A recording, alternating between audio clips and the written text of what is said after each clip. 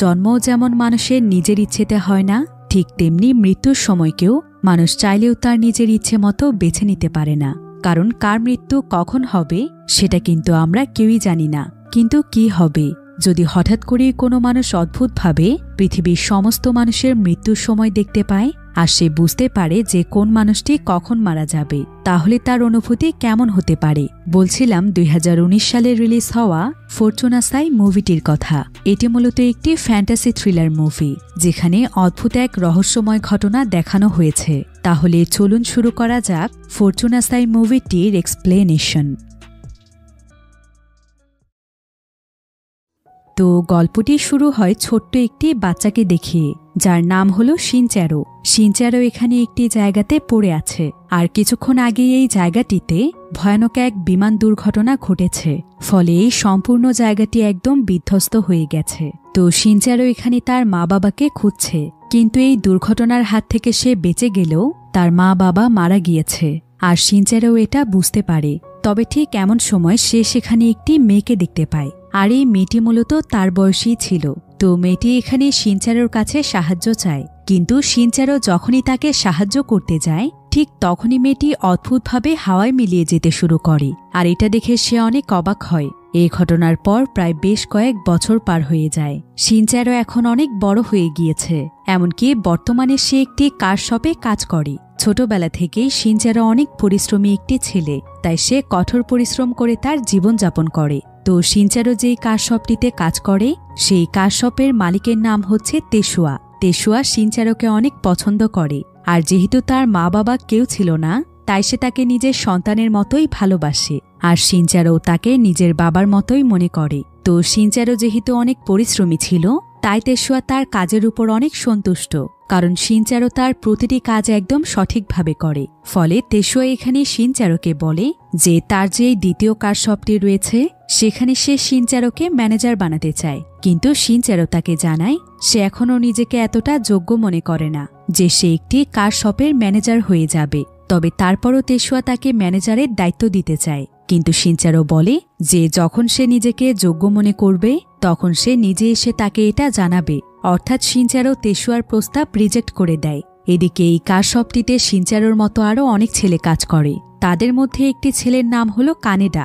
এই কানেডা ছেলেটা শিনচ্যারোকে একদমই পছন্দ করে না, বরং সে তাকে হিংসে করে, কারণ তাদের শপের মালিক তেসুয়া তাদের মধ্যে শিনচ্যারোকেই সবচাইতে বেশি প্রাধান্য দেয়, এমনকি তাকেই সবচাইতে বেশি ভালোবাসে। তাই কানেডা সহ এখানকার আরও কিছু কর্মচারীরা শিনচ্যারোকে পছন্দ করত না। তো আজকে যখন শিনচ্যারো কানেডার সামনে এসে দাঁড়ায় তখন কানেডা তাকে ধাক্কা মেরে সেখান থেকে চলে যায়, কিন্তু শিনচ্যারো ছিল অনেক শান্ত স্বভাবের মানুষ, তাই সে কানেডাকে এখানে কিছুই বলে না। কিন্তু কানেডার ধাক্কা দেওয়ার ফলে তার মোবাইলের গ্লাস ভেঙে যায়, তাই কাজ শেষ করে সে তার মোবাইলটিকে ঠিক করার জন্য তাদের শহরের একটি মোবাইল রিপেয়ার শপে চলে যায়। আর ঠিক তখনই তার কাছে অনেক কিউট একটি মেয়ে আসে। এই মেয়েটির নাম হলো সুজুকি। সুজুকি এই শপটিতেই কাজ করে, তাই সে এখানে শিনচ্যারোকে সাহায্য করতে আসে। এরপর শিনচ্যারো তাকে তার মোবাইল দেখিয়ে বলে যে সে তার মোবাইলে একটি নতুন ডিসপ্লে লাগাতে চায়। তখন মোবাইলের কন্ডিশন দেখে সুজুকি তাকে জানায় যে তার এই মোবাইলটি বেশ পুরনো, যার ফলে এটাকে ঠিক করা অনেক মুশকিল হবে, কিন্তু তারপরও সে চেষ্টা করে দেখবে। এই বলেই সুজুকি মোবাইলটিকে ঠিক করতে নিয়ে আসে, আর সে অনেক কষ্ট করে তার মোবাইলের ডিসপ্লে খুঁজে বের করে মোবাইলটিকে ঠিক করে দেয়। শিনচ্যারো এতে অনেক খুশি হয়। এরপর যখন সে তার মোবাইল নিয়ে বাড়িতে ফিরে আসে তখন বারবার তার সুজুকির কথাই মনে পড়ছিল। আসলে প্রথম দেখাতেই সে সুজুকিকে পছন্দ করে ফেলেছে, তাই আজ সারা রাত সে সুজুকির কথাই চিন্তা করে। এরপর পরের দিন সকালে শিনচ্যারো বাসে করে তার কাজে যাচ্ছিল, কিন্তু কিছুক্ষণ পর যখনই সে তার সামনে থাকা ব্যক্তির হাতের দিকে তাকায় তখন সে দেখে যে এই ব্যক্তিটির হাত ধীরে ধীরে হাওয়ায় মিলিয়ে যাচ্ছে। আর এখানে আমরা জানতে পারি যে ছোটবেলায় একবার শিনচ্যারো যখন একটি বিমান দুর্ঘটনার কবলে পড়েছিল তখন থেকেই সে তার মধ্যে অদ্ভুত একটি সুপার পাওয়ার পায়, আর সেটা হলো সেদিনের পর থেকে সে মানুষের মৃত্যুর সময় দেখতে পায়। অর্থাৎ কোনো মানুষ মারা যাওয়ার কিছুক্ষণ আগেই সে বুঝতে পারে যে খুব শীঘ্রই সেই মানুষটির মৃত্যু হবে। তো শিনচ্যারো যখনই কোনো মানুষকে অদৃশ্য হতে দেখতে পায় তখনই ধীরে ধীরে সেই মানুষের মৃত্যু ঘনিয়ে আসে। মানে এভাবেই শিনচ্যারো সেই মানুষের মৃত্যুর সময় বুঝতে পারে। তাই বাসের মধ্যে থাকা লোকটিকে দেখে শিনচ্যারো বুঝে যায় যে এই লোকটিও খুব শীঘ্রই মারা যাবে, কিন্তু তার তো এখানে কিছুই করার নেই, কারণ প্রতিটি মানুষকেই তো মরতে হবে, আর সে নিজেও তো এই নিয়মের ঊর্ধ্বে নয়। তাই এ বিষয়ে শিনচারো খুব একটা চিন্তা না করে সোজা সেই কার শপে চলে আসে যেখানে সে কাজ করে। তো তাকে আজকে মিৎসুকো নামক একজন মহিলা ডেকে পাঠিয়েছে, আর মিৎসুকো হলো তেসুয়ার ওয়াইফ, অর্থাৎ শিনচারো যার শপে কাজ করে মিৎসুকো হলো তার ওয়াইফ। তবে সে নিজেও শপটির একটি পদের দায়িত্বে রয়েছে, কিন্তু সে শিনচারোকে এ কারণেই ডেকেছে যাতে করে সে তাকে ম্যানেজার হওয়ার জন্য রাজি করাতে পারে। তাই মিৎসুকো এখানে তাকে বলে, তুমি অনেক যোগ্য একটি ছেলে, তাই আমাদের কোম্পানির ম্যানেজারের দায়িত্ব যদি আমরা তোমাকে দিতে পারি তাহলে এটা আমাদের জন্য অনেক খুশির বিষয় হবে। তাই আমি তোমাকে অনুরোধ করছি, দয়া করে তুমি তেসুয়ার কথায় রাজি হয়ে যাও। তুমি তো আমাদের সন্তানের মতোই, তাহলে কেন এত আপত্তি করছো? এখন আমাকে এটা বলো, তুমি আমার কথাটা রাখবে তো? শিনচারো এখানে তার মাথা নেড়ে সম্মতি জানায়, আর সে তাকে বলে যে সে এ বিষয়ে ভেবে দেখবে। এরপর শিনচারো তার কাজ শেষ করে সেই মোবাইল রিপেয়ার শপের সামনে দিয়ে যাচ্ছিল। তবে যাওয়ার পথে সে শপের মধ্যে সুজুকিকে খুঁজছিল, কিন্তু আজকে শপটির কোথাও সুজুকিকে দেখা যাচ্ছে না। কিন্তু ঠিক এমন সময় সেখানে শিনচারোর সাথে অচেনা একটি ছেলের ধাক্কা লাগে, আর শিনচারো যখন সেই ছেলেটির দিকে তাকায় তখন সে দেখতে পায় সেই ছেলেটির শরীরের প্রায় অর্ধেক অংশই অদৃশ্য হয়ে গিয়েছে, অর্থাৎ সেও খুব শীঘ্রই মারা যাবে। শিনচারো তখন ছেলেটির পিছু করতে শুরু করে, কারণ তার কাছে মনে হচ্ছিল ছেলেটি হয়তো কিছুক্ষণের মধ্যেই মারা যাবে, আর সে এটা দেখতে চায়। এরপর ছেলেটি যখন সেখানকার একটি রাস্তা পার হতে যায় ঠিক তখনই সেখানে একটি গাড়ি এসে তাকে ধাক্কা দেয়, ফলে সঙ্গে সঙ্গে সেখানেই তার মৃত্যু হয়ে যায়। তবে শিনচারো এখানে মনে মনে অনেক কষ্ট পাচ্ছিল, কারণ সে ছেলেটির মৃত্যু সম্পর্কে জানা সত্ত্বেও তার জন্য সে কিছুই করতে পারেনি। এরপর পরের দিন সকালে শিনচারো মিৎসুকোর কাছে যায়, আর সে তাকে বলে, আচ্ছা আন্টি, তুমি যদি কখনো এমন একটি শক্তি পাও যেটার সাহায্যে তুমি মানুষের মৃত্যুর সময় বুঝতে পারবে, তখন তুমি কি করবে? মিৎসুকো ভাবে শিনচারো তাকে এমনি প্রশ্নটি জিজ্ঞাসা করছে, তাই সে এখানে তাকে বলে, আমি এমন কোনো শক্তি কখনোই চাই না যেটার মাধ্যমে আমি মানুষের খারাপ সময় সম্পর্কে আগেই জানতে পারবো। তো মিৎসুকোর সঙ্গে কথা শেষ হলে শিনচারো দেখতে পায় যে তার মোবাইলের ডিসপ্লে আবারও নষ্ট হয়ে গিয়েছে। তাই সে তখন তার মোবাইলটিকে ঠিক করার জন্য আবারও সেই মোবাইল রিপেয়ার শপে চলে যায়। আর শপটিতে এসেই যখন শিনচারো সুজুকিকে দেখতে পায় তখন সে অনেক খুশি হয়ে যায়। এরপর শিনচারো তাকে তার মোবাইলের সমস্যার কথা জানায়। তবে সুজুকি যখন শিনচারোর কাছে তার মোবাইলটি চায় তখন শিনচারো অনেক ঘাবড়ে যায়, কারণ শিনচারো দেখতে পায় সুজুকির হাতের প্রায় অনেকটাই অংশ অদৃশ্য হয়ে গিয়েছে। তাহলে কি সুজুকিও মারা যাবে? শিনচারো এতে অনেক ভয় পেয়ে যায়, আর সে সঙ্গে সঙ্গে সব থেকে বেরিয়ে আসে। তবে বাহিরে আসার পর শিনচারো চিন্তা করে সুজুকির জন্য তার কিছু একটা করতে হবে, সে কিছুতেই তাকে মারা যেতে দেবে না। তাই সে আবারও শপটির ভেতরে গিয়ে সুজুকির কাজ শেষ হওয়ার পর আজকে তার সঙ্গে দেখা করতে বলে। যদিও সুজুকি রাজি হতে চাইছিল না, কিন্তু শিনচারোর অনেক অনুরোধের কারণে সে রাজি হয়ে যায়। সে তাকে জানায় যে তাদের শপের পাশে একটি কফি শপ রয়েছে, সেখানে যেন শিনচারো তার জন্য অপেক্ষা করে, সে সময় মতো সেখানে পৌঁছে যাবে। তো শিনচারো তখন সেই কফি শপে গিয়ে তার জন্য অপেক্ষা করতে থাকে, আর সুজুকি তার কাজ শেষ করেই সেখানে চলে যায়। কিন্তু শিনচারো এখানে যখনই আবারও সুজুকির হাতের দিকে তাকায় তখন সে দেখে যে সুজুকির হাত একদম ঠিক হয়ে গেছে। যদিও এতে সে অনেকটা অবাক হয়েছিল, তবে এতে সে অনেক খুশি হয়ে যায়। কিন্তু প্রথম দেখাতেই সুজুকির হাত ধরাতে সুজুকি কিছুটা বিরক্ত হয়। এরপর সে শিনচারোর কাছে জানতে চায় যে কেন সে তাকে তার সঙ্গে দেখা করতে বলেছে। শিনচারো তো তাকে প্রথমে এটা বলতে চাচ্ছিল যে সে মানুষের মৃত্যুর সময় বুঝতে পারে, কিন্তু পরক্ষণেই সে ভাবে একজন অচেনা মানুষকে এসব কথা বললে সে কখনোই তার কথা বিশ্বাস করবে না। তাই শিনচারো তখন সুজুকির সময় নষ্টের জন্য তাকে সরি বলে কোনোমতে সেখান থেকে চলে যায়। কিন্তু সে যখনই সেই কফি শপ থেকে বাহিরে এসে পায়ে হেঁটে তার বাড়ির দিকে যাচ্ছিল ঠিক তখনই হঠাৎ করেই তার বুকে অনেক ব্যথা শুরু হয়, আর ব্যথাটা প্রচণ্ড তীব্র আকার ধারণ করে। কিন্তু শিনচারো কোনোমতে নিজেকে সামলে নিয়ে সোজা তার বাড়িতে ফিরে আসে। আর পরের দিন সকালে শিনচারো তার শপের মালিক তেসুয়ার কাছে যায় এবং সে তাকে পুরোপুরি আত্মবিশ্বাসের সাথে বলে যে এখন সে কার শপের ম্যানেজার হওয়ার জন্য একদম প্রস্তুত। একথা শুনে তেসুয়া তো অনেক খুশি হয়ে যায়, কিন্তু তার ওয়াইফ মিৎসুকো খুশি হওয়ার চাইতে অনেকটা অবাকই হয়, কারণ হঠাৎ করেই শিনচারোর মধ্যে এতটা আত্মবিশ্বাস কোথা থেকে এলো।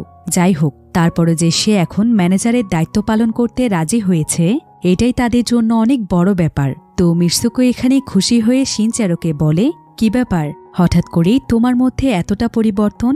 শিনচারো তার কথা শুনে হেসে ফেলে আর বলে, তেমন কিছুই না, এমনি এখন ইচ্ছে হলো তাই রাজি হয়েছি, তেমন কোনো ব্যাপার নেই। এরপর মিৎসুকো সেখান থেকে চলে গেলে শিনচারো এখানে বসে কাজ করছিল, কিন্তু ঠিক তখনই তার সঙ্গে দেখা করতে সেখানে সুজুকি চলে আসে। তবে সুজুকিকে দেখে শিনচারো অনেক অবাক হয় আর সে তাকে বলে, আরে তুমি এখানে কিভাবে এসেছো, আর আমার অ্যাড্রেসই বা তুমি কোথায় পেলে? সুজুকি তখন শিনচারোকে জানায় সে তার অ্যাড্রেস তাদের মোবাইল রিপেয়ার শপ থেকে জোগাড় করেছে, আর শিনচারোর সঙ্গে তার নাকি অনেক গুরুত্বপূর্ণ একটি কথা আছে। তাই শিনচারো তখন তাকে তাদের শপের অফিস রুমে নিয়ে যায় এবং সে নিজের হাতে তাকে কফি বানিয়ে দেয়। এর কিছুক্ষণ পরেই সুজুকি তাকে একটি নিউজ পেপার দেখায় আর সে একটি নিউজ দেখিয়ে শিনচারোকে বলে যে গতকাল রাতে তাদের এলাকারই একটি ফ্যাক্টরিতে অনেক ভয়ানক এক বিস্ফোরণ ঘটে, যার ফলে সেই ফ্যাক্টরির অনেক কর্মচারী মারা যায়। এমনকি সেই সময় ফ্যাক্টরিটির সামনে দিয়ে যারা যারা যাচ্ছিল তাদেরও সেখানেই মৃত্যু হয়ে যায়। তবে আমি তোমাকে আজকে ধন্যবাদ জানাতে এসেছি, কারণ সেই ফ্যাক্টরির রাস্তা দিয়ে আমি প্রতিদিন যাওয়া আসা করি। তাই গতকাল তুমি যদি আমাকে কফি শপে না ডাকতে তাহলে হয়তো আমিও মারা যেতাম। কথা শুনে শিনচারো বুঝতে পারে যে কফি শপটিতে কেন সুজুকির হাত ঠিক হয়ে গিয়েছিল। এরপর শিনচারো সুজুকিকে সমস্ত কিছু খুলে বলে যে আসলে কেন সে তাকে কফি শপে ডেকেছিল, অর্থাৎ সে এখানে তার পাওয়ারের কথা সুজুকিকে জানিয়ে দেয় আর সুজুকি অনায়াসেই তার কথা বিশ্বাস করে। শিনচারো এতে অনেক খুশি হয় আর মনে মনে ভাবে অন্তত কেউ তো আছে যে কিনা তার কথাগুলো বিশ্বাস করছে। এরপর পরের দিন সকালে মিৎসুকো যখন তাদের অফিস রুমে আসে তখন সে সেখানে কফি এবং চিনির জার খুঁজে পায়। তাই সে শিনচারোকে জিজ্ঞাসা করে, অফিস রুমে কি কেউ এসেছিল? শিনচারো তখন মিৎসুকোকে সুজুকির কথা জানায়। মিৎসুকো এতে অনেক খুশি হয়, কারণ অবশেষে অন্তত শিনচারো একটি বন্ধু বানাতে পেরেছে। আসলে শিনচারো যেহেতু অনেক শান্ত প্রকৃতির ছিল তাই তার কোনো বন্ধুই ছিল না। এমনকি তাদের কারশপে মারিকো নামের একটি মেয়ে ছিল, আর এই মেয়েটি সুজুকিকে অনেক পছন্দ করত। তাই সে প্রায় সবসময় তার সঙ্গে কথা বলার চেষ্টা করত, কিন্তু সুজুকি তাকে কোনো পাত্তাই দিত না। তাই কিছুদিন পরেই মেয়েটি তাদের শপের একজন ধনী কাস্টমারের সঙ্গে সম্পর্কে জড়িয়ে পড়ে। এমনকি অল্প দিনের মধ্যে তারা বিয়েও করে নেয়। কিন্তু এতে তো শিনচারোর কিছুই যায় আসে না। তো এরপর শিনচারো যখন তাদের কারশপের ভেতরে আসে তখন সে দেখতে পায় যে তেসুয়া এখানে কানেডাকে অনেক বকাঝকা করছে, কারণ কানেডা কাউকে কিছু না বলে একজন কাস্টমারের গাড়ি নিয়ে তার গার্লফ্রেন্ডের সাথে ডেটে চলে গিয়েছিল। তাই তেসুয়া তার উপর প্রচণ্ড রেগে যায়, কিন্তু দেখা যায় তেসুয়ার চাইতে কানেডাই বরং তার উপর আরও বেশি রেগে যাচ্ছে। আর এক পর্যায়ে সে রেগে গিয়ে শিনচারোর দিকে কিছু একটা ছুঁড়ে মারে। ফলে তেসুয়া তখন কানেডার গায়ে হাত তোলে আর সে সঙ্গে সঙ্গেই তাকে সব থেকে বের করে দেয়। তবে এমন সময় শিনচারো দেখতে পায় যে তেসুয়ার একটি হাতও ধীরে ধীরে অদৃশ্য হয়ে যাচ্ছে। শিনচারো এতে অনেক ঘাবড়ে যায়, কারণ সে তো তেসুয়াকে তার বাবার মতোই ভালোবাসে। তাই সে তেসুয়ার মৃত্যু মেনে নিতে পারবে না। তাই শিনচারো সারাদিন ভাবছিল যে সুজুকির মতো করে সে হয়তো তেসুয়াকেও বাঁচাতে পারে। তাই রাতের বেলা শিনচারো তেসুয়াকে তার সঙ্গে রেস্টুরেন্টে খেতে যেতে বলে, আর তেসুয়াও তার কথায় রাজি হয়ে যায়। এরপর তারা দুজন মিলে যখন রাস্তা দিয়ে রেস্টুরেন্টের দিকে যাচ্ছিল সেই সম্পূর্ণ রাস্তাতে শিনচারোর নজর শুধু তেসুয়ার উপরেই ছিল। তো শিনচারো এখানে লক্ষ্য করে যে ধীরে ধীরে তেসুয়ার সম্পূর্ণ শরীরই অদৃশ্য হয়ে যাচ্ছে। এতে শিনচারো অনেকটাই ভয় পাচ্ছিল।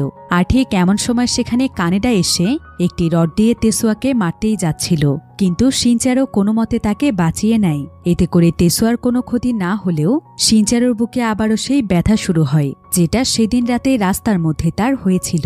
তো অতিরিক্ত ব্যথায় শিনচারো এখানে অজ্ঞান হয়ে গেলে সঙ্গে সঙ্গেই তাকে হসপিটালে নিয়ে যাওয়া হয়। আর যখনই তার জ্ঞান ফিরে আসে তখন সে তার সামনে মিৎসুকোকে দেখতে পায়। শিনচারো তখন তার কাছে জানতে চায় যে কানেডাকে কোনো শাস্তি দেয়া হয়েছে কিনা। মিৎসুকো তখন বলে যে কানেডা তার ভুলের জন্য অনুতপ্ত হয়েছে, তাই তাকে ছেড়ে দেয়া হয়েছে। তো এরপর সেই হসপিটালের ডক্টর মিস্টার টোকিও শিনচারোর রিপোর্টগুলো চেক করে। এরপর সে শিনচারোকে বলে, তোমার কি আগে কোনো রোগ ছিল? শিনচারো বলে না। ডক্টর তখন তাকে বলে, তাহলে হয়তো কিছুটা পরিশ্রমের ফলে তোমার বুকে ব্যথা হয়েছে। চিন্তা করো না, কিছুদিন বিশ্রাম নিলেই ঠিক হয়ে যাবে, কারণ আপাতত তোমার রিপোর্টে কিছু ধরা পড়েনি। এরপর শিনচারো যখন হসপিটালের ওয়েটিং এরিয়াতে বসেছিল তখনই একটি ছোট বাচ্চা তার মায়ের সাথে হেঁটে যাচ্ছিল, কিন্তু শিনচারো দেখতে পায় যে বাচ্চাটির শরীরও ধীরে ধীরে অদৃশ্য হয়ে যাচ্ছে। তাই সঙ্গে সঙ্গে শিনচারো বাচ্চাটির পিছু করতেই যাচ্ছিল। কিন্তু এমন সময় ডক্টর টোকিও তাকে বলে, তুমিও কি মৃত্যুর আগে মানুষকে অদৃশ্য হয়ে যেতে দেখতে পাও? কথা শুনে শিনচারো অনেক অবাক হয়ে যায়, কারণ ডক্টর কিভাবে কথা জানতে পারল। তো ডক্টর টোকিও তখন শিনচারোকে হসপিটালের ছাদে নিয়ে যায়, আর সে এখানে শিনচারোকে জানায় যে সেও নাকি মানুষের মৃত্যুর আগে তাদেরকে অদৃশ্য হতে দেখতে পায়। আর মানুষের এই পাওয়ারটিকে বলা হয় ফরচুনাসাই। পৃথিবীতে অনেক কম সংখ্যক মানুষের এই পাওয়ার রয়েছে, অর্থাৎ কিছু সংখ্যক মানুষ আমাদের মতো মানুষের মৃত্যুর সময়কে বুঝতে পারে, আর এটা সৃষ্টিকর্তারই দেয়া একটি নিয়ামত। তবে আমরা শুধু মানুষের মৃত্যুর সময়কে দেখতে পারি। তাই বলে যদি আমরা মানুষের ভাগ্য বদলাতে যাই, অর্থাৎ সেই মানুষের নির্দিষ্ট সময়ের মৃত্যুকে বদলাতে যাই, তাহলে সেটা আমাদের সৃষ্টিকর্তার বিরুদ্ধে যাওয়া হবে। আর এখন পর্যন্ত যতগুলো মানুষ এই কাজটি করেছে, তাদেরকে সেই সকল মানুষের জীবনের বিনিময়ে তাদের জীবন দিতে হয়েছে। তাই আমি তোমাকে সাবধান করছি, কখনো সৃষ্টিকর্তার বিরুদ্ধে যেও না, এতে করে হয়তো তোমার জীবনও চলে যেতে পারে। তাই আজকের পর থেকে আর কখনোই তুমি কোনো মানুষের মৃত্যুকে আটকাতে যেও না, কারণ আমাদের প্রত্যেকের জীবনেই মৃত্যু নিশ্চিত, সেটা আগে হোক অথবা পরে। আর যদি তুমি আমার কথা না শোনো, তাহলে অবশ্যই তোমাকে তোমার জীবন দিতে হবে। তোমার বুকে ব্যথা হওয়ার কারণও ছিল এটাই। এসব কথা জানতে পেরে শিনচারো অনেক দুশ্চিন্তায় পড়ে যায়। আর হসপিটাল থেকে রিলিজ হওয়ার পর সোজা সে সুজুকির কাছে আসে, আর সে আজকে সন্ধেবেলায় সুজুকিকে তার সঙ্গে দেখা করতে বলে। এরপর যখন সন্ধে হয়ে যায়, তখন তারা দুজনই আবারও সেই কফি শপটিতে দেখা করে। আর আজকে তারা কফি খেতে খেতে অনেক গল্প করে। গল্পের এক পর্যায়ে যখন তারা কিছুটা ফ্রি হয়ে যায়, তখন শিনচারো সাহস করে সুজুকিকে প্রপোজ করে ফেলে। তবে সুজুকি তখন রাগ করে সেখান থেকে চলে যায়। তাই শিনচারো বেশ কিছুদিন সুজুকির সামনেই যায় না। ফলে সুজুকি নিজেও বুঝতে পারে যে সেও শিনচারোকে ভালোবেসে ফেলেছে, কারণ শিনচারোকে না দেখলে তার আর ভালোই লাগছিল না। তাই সে নিজেই তখন শিনচারোকে তার মনের কথা বলে দেয়। আর তখন থেকেই শুরু হয় তাদের দুজনের ভালোবাসা। এরপর পরের দিন সকালে শিনচারো যখন তার কার শপে কাজ করছিল, তখনই সেখানে কানেডা আসে। আর সে তার চাকরিটা ফেরত পেতে চায়। তেসুয়া তো কিছুতেই তাকে রাখতে চাইছিল না। তখন শিনচারো নিজেই তেসুয়ার কাছে অনেক অনুরোধ করে, যাতে করে সে তার চাকরিটা ফিরিয়ে দেয়। আর শিনচারোর কথাতে তেসুয়াও রাজি হয়ে যায়। কানেডা এতে অনেক খুশি হয়, আর সে তার অন্যায়ের জন্য শিনচারোর কাছে ক্ষমা চায় এবং তার চাকরি ফিরিয়ে দেওয়ার জন্য তাকে ধন্যবাদ জানায়। এরপর শিনচারো সুজুকিকে নিয়ে একটি পার্কে যায়, আর তারা সেখানে অনেক সুন্দর কিছু মুহূর্ত কাটায়। তো শিনচারো এখানে সুজুকিকে ছোটবেলার সেই বিমান দুর্ঘটনার গল্প শোনায়। সে বলে, সেদিন বিমানে থাকা প্রত্যেকটি যাত্রী মারা গিয়েছিল, কিন্তু আমি কিভাবে বেঁচে গিয়েছি সেটাই বুঝতে পারি না। একথা শুনে সুজুকি তাকে হেসে উত্তর দেয়, তুমি এ কারণে বেঁচে আছো যাতে করে তুমি আমাকে বিয়ে করতে পারো, আর আমরা আমাদের বাচ্চাদেরকে নিয়ে অনেক সুখে থাকতে পারি। কারণ ছোটবেলা থেকে এখন পর্যন্ত শিনচারোর একান্ত নিজের বলতে কোনো পরিবার নেই। তাই এখন সুজুকিকে নিয়ে শিনচারোর সমস্ত স্বপ্ন। তাই সুজুকির কথাগুলো শুনে শিনচারো চোখ দিয়ে অশ্রু গড়িয়ে পড়ে। এর কিছুদিন পর শিনচারো সুজুকি আর তার জন্য দুটো আংটি কেনে, যেগুলো দেখতে একদম একই রকম ছিল। তবে সুজুকিকে আংটিটি দেওয়ার আগে শিনচারো হসপিটালে চেক আপ করাতে যায়। আর সমস্ত চেক আপ শেষ হলে ডক্টর টোকিও তাকে বলে যে প্রায় 2 বার তার বুকে ব্যথা হয়েছে, একবার সুজুকিকে বাঁচানোর জন্য আর দ্বিতীয়বার তেসুয়াকে বাঁচানোর জন্য। ফলে তার হার্টে এখন অনেক বড় সমস্যা দেখা দিয়েছে। তাই এখন থেকেই তাকে সাবধানে থাকতে হবে। যদি সে আর একবার কোনো মানুষকে মৃত্যুর হাত থেকে বাঁচাতে যায়, তাহলে হয়তো এবার সে নিজেই মারা যাবে। তো হসপিটালে চেক আপ শেষ করে শিনচারো যখন তার কার শপে এসে কাজ করছিল, ঠিক তখনই সেখানে গাড়ি ঠিক করার জন্য শিনচারোর কাছে একজন কাস্টমার আসে। আর শিনচারো তো তাকে দেখেই চিনে ফেলে। আসলে তার নাম হলো জিয়ান। আর এই জিয়ানকেই মারিকো বিয়ে করেছিল, যে কিনা আগে শিনচারোকে পছন্দ করত।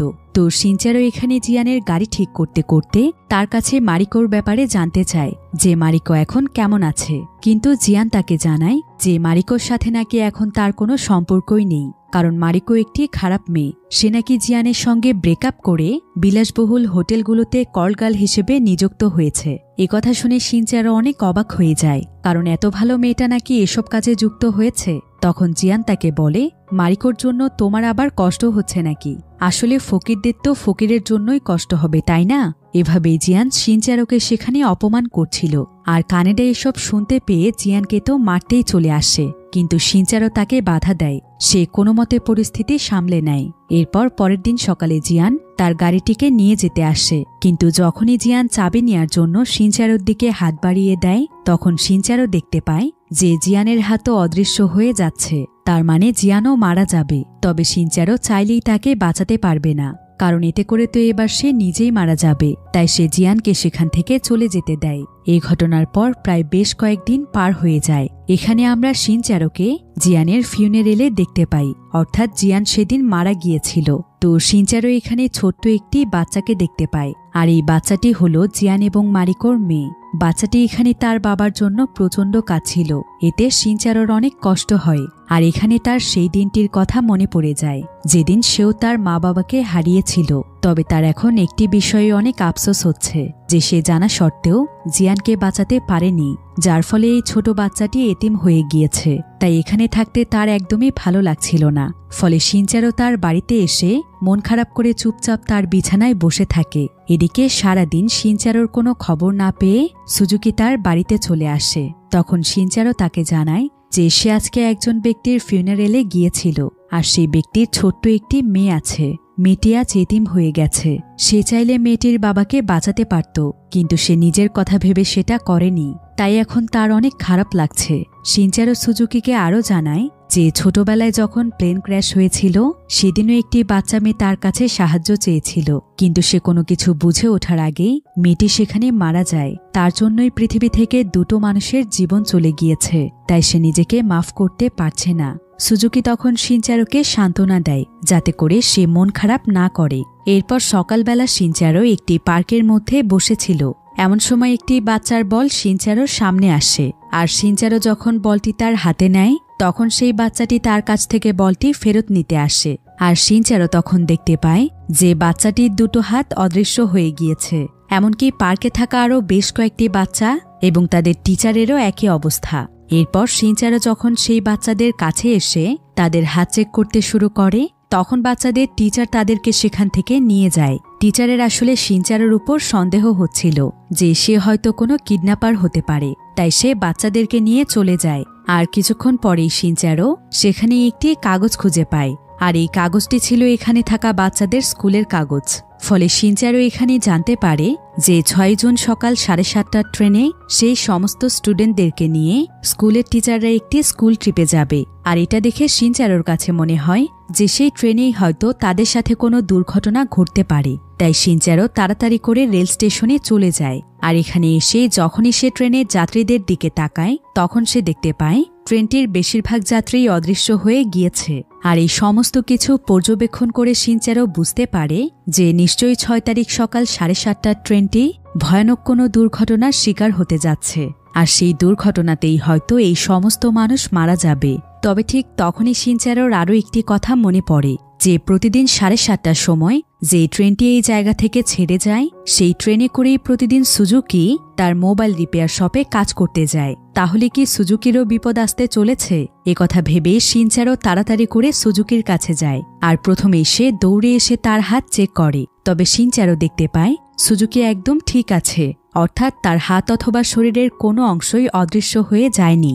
শিনচারো এতে যেন তার মাঝে প্রাণ ফিরে পায়। তবে কিছুক্ষণ পর সুজুকি যখন তার জন্য নাস্তা তৈরি করতে যায় ঠিক তখনই শিনচারো দেখতে পায় যে সুজুকির হাতও ধীরে ধীরে অদৃশ্য হতে শুরু করেছে। শিনচারো এতে প্রচণ্ড ভয় পেয়ে যায়, আর সে সঙ্গে সঙ্গে সুজুকিকে জড়িয়ে ধরে। কিন্তু সে এখানে তাকে কোনো কিছুই বলে না, শুধু তাকে এইটুকু জানিয়ে রাখে যে যে কোনো মূল্যেই সে তার কোনো ক্ষতি হতে দেবে না। এরপর শিনচারো যখন সুজুকির সাথে শুয়েছিল তখন সে মনে মনে চিন্তা করে যে যেভাবেই হোক 6 তারিখের সেই ট্রেন থেকে সুজুকিকে সরিয়ে আনতে হবে। কিন্তু এর আসল কারণ তো সে সুজুকিকে বলতে পারবে না। তবে ঠিক এমন সময় শিনচারো দেখতে পায় যে সুজুকির চোখ দিয়ে অনবরত অশ্রু গড়িয়ে পড়ছে, আর এর কারণ জানতে চাইলে সুজুকি তাকে কিছুই বলে না।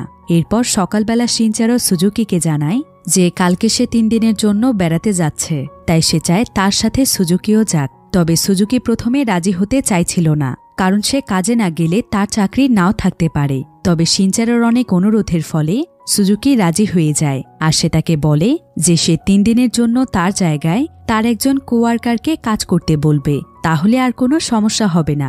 কথা শুনে শিনচারো অনেক খুশি হয়। সে তো শুধু এটা চাইছিল যে কিভাবে করে 6 তারিখ পার করা যায়, তাহলে হয়তো সে সুজুকিকে বাঁচাতে পারবে।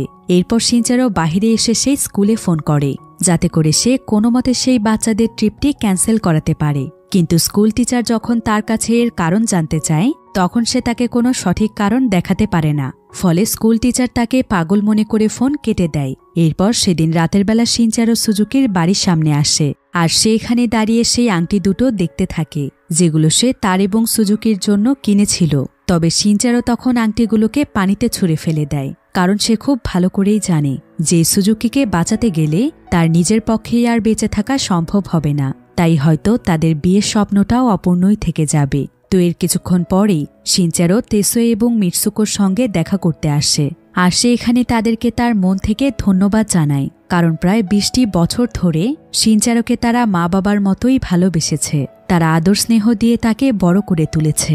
এরপর শিনচারো বাড়িতে ফিরে সুজুকির জন্য একটি চিঠি লেখে, কারণ সে যেহেতু সুজুকির মৃত্যু আটকাতে চাইছে, ফলে অবশ্যই সে মারা যাবে। আর এই কারণেই শিনচারো চিঠিটি লিখছে যাতে করে বাড়িতে ফিরেই সুজুকি সেটা পড়তে পারে। কিন্তু পরের দিন সকালেই শিনচারোর সমস্ত প্ল্যান বরবাদ হয়ে যায়, কারণ সুজুকি তাকে একটি মেসেজ করে জানায় যে সে তার সঙ্গে বেড়াতে যেতে পারবে না, কারণ সে তার জায়গায় যাকে কাজ করতে বলেছিল হঠাৎ করেই সে অনেক অসুস্থ হয়ে গেছে। তাই সুজুকি এখন সেই ট্রেনে করে মোবাইল শপে চলে যাবে। কিন্তু শিনচারো এতে অনেক দুশ্চিন্তায় পড়ে যায় আর সে তাড়াতাড়ি করে স্টেশনের উদ্দেশ্যে রওনা হয়। কিন্তু যখনই সে তার বাড়ি থেকে বাহিরে আসে ঠিক তখনই তার কাছে পুলিশ আসে আর তারা তাকে জানায় একজন টিচার তার নামে কমপ্লেন করেছে, তাই এখন তাকে তাদের সাথে থানায় যেতে হবে। শিনচারো তখন বুঝতে পারে এটা হলো সেই স্কুল টিচার যে কিনা তাকে কিডন্যাপার ভেবেছিল। তবে এখন তো তাকে সুজুকিকে বাঁচাতে যেতে হবে, তাই সে কোনো মতে তাদেরকে ফাঁকি দিয়ে সেখান থেকে দৌড়ে পালিয়ে যায় আর সে সোজা স্টেশনের দিকে আসতে থাকে। কিন্তু যখন সে স্টেশনে পৌঁছয় তখন অনেকটাই দেরি হয়ে গিয়েছে, অর্থাৎ সুজুকি সহ সমস্ত যাত্রীরা ট্রেনে উঠে পড়েছে। তাই শিনচারো এখন চাইলেও তাদেরকে ট্রেন থেকে নামাতে পারবে না। তাই প্রথমে শিনচারো রেল স্টেশনের কর্তৃপক্ষের কাছে যায় আর সে তাকে অনুরোধ করে ট্রেনটিকে থামানোর জন্য, কিন্তু লোকটি শিনচারোর কোনো কথাতেই পাত্তা দেয় না। ফলে সে তখন তাড়াতাড়ি করে একটি ট্যাক্সিতে ওঠে যাতে করে পরের স্টেশনে সে ট্রেনটিকে আটকাতে পারে। অন্যদিকে আবার পুলিশেরাও শিনচারোর পিছু করছিল, কিন্তু তারপরও সে কোনো মতে পরের স্টেশনে পৌঁছে যায়। তবে যখন সে দৌড়ে স্টেশনের ভেতরে প্রবেশ করছিল তখন তার বুকে প্রচুর পরিমাণে ব্যথা শুরু হয়েছে। তারপরও শিনচারো ট্রেনটি পৌঁছানোর আগে সে স্টেশনে চলে আসে আর ঠিক এমন সময় শিনচারো দেখতে পায় যে সে স্টেশনে একটি কনস্ট্রাকশনের কাজ চলছে আর যেই সকল কর্মচারীরা কাজটি করছিল তাদের মধ্যে প্রায় বেশ কয়েকজনই অদৃশ্য হয়ে যাচ্ছে। এতে করে শিনচারো বুঝতে পারে যে এই কনস্ট্রাকশনের যন্ত্রের মাধ্যমে হয়তো দুর্ঘটনাটি ঘটবে। তাই শিনচারো তাড়াতাড়ি করে সেই ট্যাক্সি ড্রাইভারের কাছ থেকে একটি ফ্লেয়ার নিয়ে আসে আর সে কোনো মতে সেটাতে আগুন জ্বালিয়ে সোজা রেল লাইনের মাঝখানে এসে দাঁড়ায়। এদিকে পুলিশ এবং কনস্ট্রাকশন ওয়ার্কাররা শিনচারোকে সেখান থেকে সরিয়ে দেওয়ার অনেক চেষ্টা করে। অন্যদিকে দেখা যায় যে কনস্ট্রাকশনের কাজের জন্য যেই এসকেভেটর ছিল হঠাৎ করেই সেটা ভেঙে গিয়ে রেল স্টেশনের উপরে পড়তে শুরু করে। অন্যদিকে সুজুকি ট্রেনের ভেতর থেকে শিনচারোকে রেল লাইনের মাঝখানে দেখতে পায়, তাই সে চিৎকার করে ট্রেনের ড্রাইভারকে ট্রেন থামাতে বলে। আর যখনই ড্রাইভার ট্রেন থামিয়ে দেয় ঠিক তখনই সেই এসকেভেটরটি রেল লাইনের উপরে এসে পড়ে। ফলে দুর্ঘটনার হাত থেকে তারা সবাই বেঁচে যায়। কিন্তু সুজুকি যখন ট্রেন থেকে নেমে শিনচারোর কাছে আসে তখন সে দেখতে পায় শিনচারো কোনো কথাও বলছে না আর নড়াচড়াও করছে না, অর্থাৎ তাদের সবাইকে বাঁচাতে গিয়ে শিনচারো নিজে তার জীবন দিয়ে দিয়েছে। সুজুকি এতে একদম ভেঙে পড়ে আর সে তার কাছে গিয়ে তাকে শক্ত করে জড়িয়ে ধরে। এরপর আমরা কিছুদিন পরের দৃশ্য দেখতে পাই। সুজুকি একাই সেই পার্কের মধ্যে হাঁটছিল যেখানে সে শিনচারোর সঙ্গে অনেকবার এসেছে। তো এখানে আমরা সুজুকির কাছ থেকেই জানতে পারি যে কেন সে সেদিন বিছানায় শুয়ে কেঁদেছিল। আসলে শিনচারোর মতো সুজুকির চোখও ছিল ফরচুনাসাই, অর্থাৎ তার মতো সেও মানুষের মৃত্যুর সময় দেখতে পেত। তাই সেদিন সুজুকি দেখতে পেয়েছিল শিনচারোর হাত এবং শরীর অদৃশ্য হয়ে যাচ্ছে। আর পরের দিন সকালে শিনচারো যখন সুজুকিকে নিয়ে বেড়াতে যাওয়ার কথা বলেছিল, তখনই সুজুকি বুঝতে পারে যে সেখানেই হয়তো শিনচারোর মৃত্যু হতে পারে। তাই সুজুকি ইচ্ছে করেই শিনচারোকে মেসেজের মাধ্যমে মিথ্যে বলে যে তার কোয়ার্কার অসুস্থ হয়েছে। আসলে সুজুকি নিজে সেই ট্রেন অ্যাক্সিডেন্টে মারা গিয়ে শিনচারোকে বাঁচাতে চাইছিল, কারণ শিনচারোর মতো সেও তো তাকে প্রচণ্ড ভালোবাসে। তাছাড়া শিনচারো নিজে তাকে 2 বার বাঁচিয়েছে, একবার সেই কারখানার বিস্ফোরণের হাত থেকে, আর আরেকবার বাঁচিয়েছিল বিমান দুর্ঘটনায়। অর্থাৎ সেই ছোট্ট মেয়েটি আর কেউ নয়, বরং সেই ছিল সুজুকি। আসলে সেই বিমান দুর্ঘটনার ফলে শিনচারো মানসিকভাবে সেদিন এতটাই আঘাত পেয়েছিল, যার ফলে তার সেদিনের আসল ঘটনা মনেই ছিল না। কারণ সেদিন সে নিজে সুজুকিকে অনেক কষ্ট করে সেখান থেকে বের করে এনেছিল, যেটা তার মনেই ছিল না। তাই সে ভেবেছিল যে সে হয়তো মেয়েটিকে বাঁচাতে পারেনি।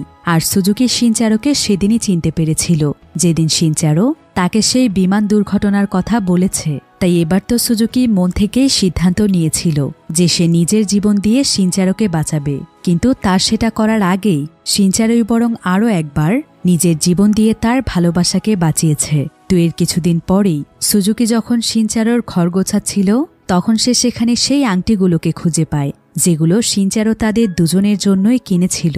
অর্থাৎ সেদিন রাতে শিনচারো আংটিগুলোকে ফেলে দিতে পারেনি, সে তার কাছেই সেগুলো রেখে দিয়েছিল। তো এই আংটিগুলোর সাথে সুজুকি একটি চিঠিও খুঁজে পায়, যেটা শিনচারো তার জন্য লিখে গিয়েছিল। সে চিঠিটিতে লিখেছে, আমি আমার জীবনে যতবার সুযোগ পাব তোমাকে বাঁচাবার, ঠিক ততবার নিজের জীবন দিয়ে হলেও তোমাকে আমি বাঁচাবই, কারণ তুমিই আমার জীবনের প্রথম এবং শেষ ভালোবাসা। আমি তোমাকে অনেক ভালোবাসি। চিঠিটি পড়ে সুজুকি তার চোখের পানি ধরে রাখতে পারে না। এরপর সুজুকি যখন আংটিগুলোর মধ্যে তার আংটিটি তার হাতে পড়ে, তখন সে দেখে আংটিটি তার আঙুলের তুলনায় অনেক বড়। তাই কান্নার মাঝেই সুজুকি হেসে ফেলে, এটা ভেবে যে শিনচারো আসলে কতটা সহজ সরল আর বোকা ছিল, যে কিনা একটা আংটি পর্যন্ত ঠিকমতো কিনতে পারে না। তবে সুজুকির কাছে নিজেকে আজকে অনেক ভাগ্যবতী মনে হচ্ছে, কারণ সে তার জীবনে একবারের জন্য হলেও কোনো মানুষের সত্যিকারের ভালোবাসা পেয়েছে, যেটা নিয়ে সে তার পুরোটা জীবন কাটিয়ে দিতে পারবে।